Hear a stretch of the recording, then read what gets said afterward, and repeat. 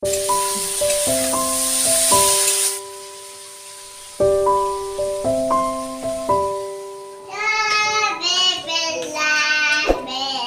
Friends, welcome to my channel. আশা করছি তোমরা সবাই ভালো আছো। তো আমিও ভালো আছি। তো এখন বাজে সকাল 8টা। তো আমার ছেলে মেয়ে উঠে গেছে আর বড় মেয়ে স্কুলে গেছে। তো আমি জানালাটা খুলে দেখছি যে ঠান্ডাটা কেমন। তো কুয়াশা পড়েছে, ভোরের দিকে তো বৃষ্টির মতো কুয়াশা পড়েছে। তো জানালাটা খুললাম, খুলে দেখলাম তো জানলার কাছে প্রচণ্ড শীত জমে গেছে। তো জানলা বন্ধ করে দিলাম, কারণ থাকা যাচ্ছে না। যাই হোক, এদিকে আমার ছেলে মেয়েকে ব্রাশ দিয়ে দিলাম। তো ব্রাশ করাটা আমাদের শেষ। তো আমি আমার ছেলে মেয়েকে নিয়ে খেতে বসলাম টিফিন। তো ওরা টিফিন খেতে গেলে দুষ্টামি করছে, আর ওরা যখনই খায় তো ওরা একটু খেলে খেলে খায়। তো যাই হোক, ওরকম করেই ওরা খায়। তো ওইদিকে খাওয়া দাওয়া শেষ হয়ে গেল, আমি বিছানা করে নিচ্ছি। আর আমার এই জানালাটা দিয়ে রৌদ্র আসে। আমার বাইরে সেরকম করে দিতে হয় না, ব্ল্যাঙ্কেট সব আমি ঘরের ভিতরেই দিতে পারি। আর যেটা একটু বড় সেটা আমি ব্যালকনিতে দিয়ে দেই। তো এই যে আমি দিয়ে দিচ্ছি। আর আমার ঘর গোছানো হয়ে গেছে, এই যে সব ঘর গোছানো হয়ে গেছে। তো আমি রান্নাঘরে চলে আসলাম, আর আমার ছেলে মেয়ে ব্যালকনিতে খেলছে। তো আমি আজকে শুটকি মাছের একটা রেসিপি করব, তা সেটা তোমাদের সঙ্গে শেয়ার করছি। তো শুটকি মাছটা আমি আজকে রান্না করব পালং শাক দিয়ে, পালং শাক আর আলু দিয়ে। তো কালকে আমি পালং শাকটা দিয়ে টাটকা নিয়ে এসেছি, তো ওটাই রান্না করব। তো এদিকে আমি রান্নাটা বসিয়ে দিলাম।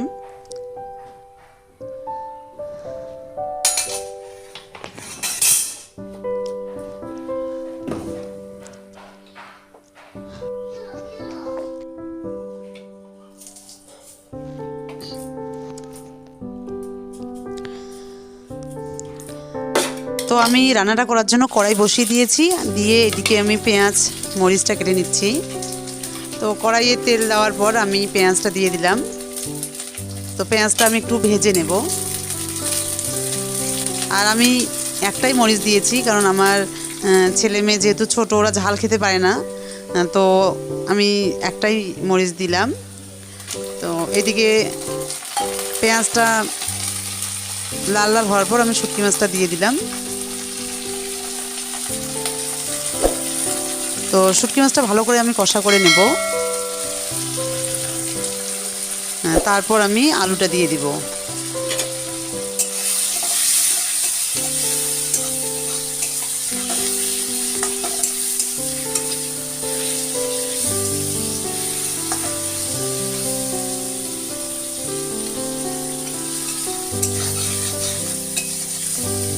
তো এই যে আমার এদিকে কষা হয়ে গেছে শুটকি মাছটা।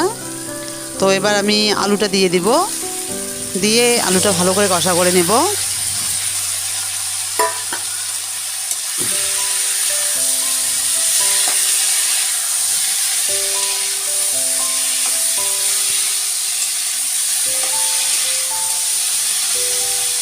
তো আলুটা কষা হয়ে গেলে আমি পালং শাকটা দিয়ে দিব, দিয়ে পালং শাকটা দিয়ে নেড়ে চেড়ে তারপর আমি ঢাকা দিয়ে দিব।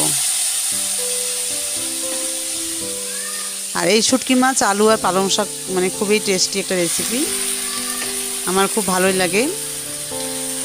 আর শীতকালে তো এগুলোই ভালো লাগে।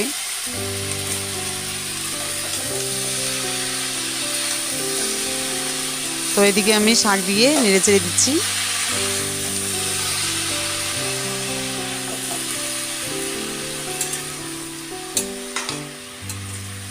আর আমার এই রেসিপিটা হলে আমি আমার ছেলে মেয়েকে খাওয়াবো, তারপর আমি ওদেরকে ছাদে নিয়ে যাব।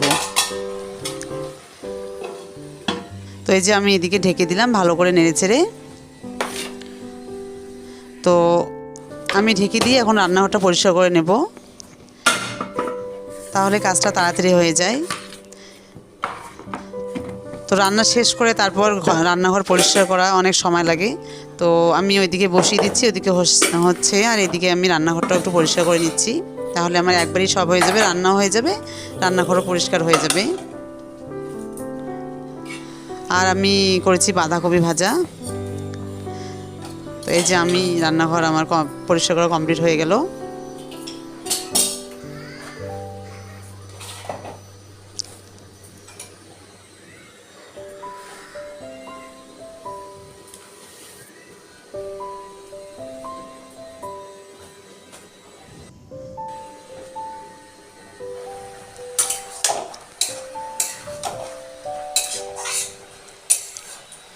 তো আমি সবজিটা নেড়ে চেড়ে দিচ্ছি।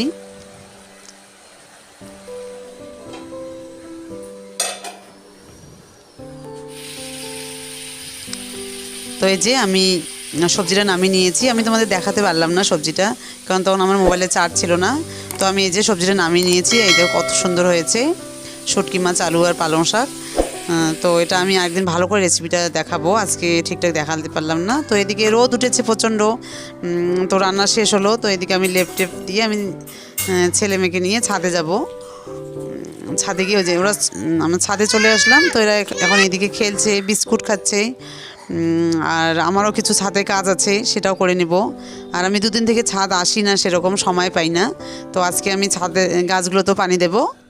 তো তোমাদের যদি এই ভিডিওগুলো ভালো লেগে থাকে তাহলে অবশ্যই কমেন্ট করে জানাবে, আর সাবস্ক্রাইব করতে ভুলবে না। আর এদিকে আমার টুইন্স বেবি, ওরা বিস্কুট খাচ্ছে, খেয়ে তারপর খেলবে। তো যাই হোক, আজকে প্রচণ্ড রোদ উঠেছে, আর রোদ উঠলে মনটা ভালোই লাগে শীতকালে। তো আমি এদিকে গাছে পানি দিচ্ছি, দুদিন থেকে দেই না, শুকিয়ে গেছে গাছগুলো। তো আজকে আমি ব্লগটা এখানে শেষ করছি। তোমাদের যদি ভালো লেগে থাকে তাহলে অবশ্যই কমেন্ট করে জানাবে, আর সাবস্ক্রাইব করতে ভুলবে না। তো তোমরা সবাই ভালো থেকো, সুস্থ থেকো। Tata, by.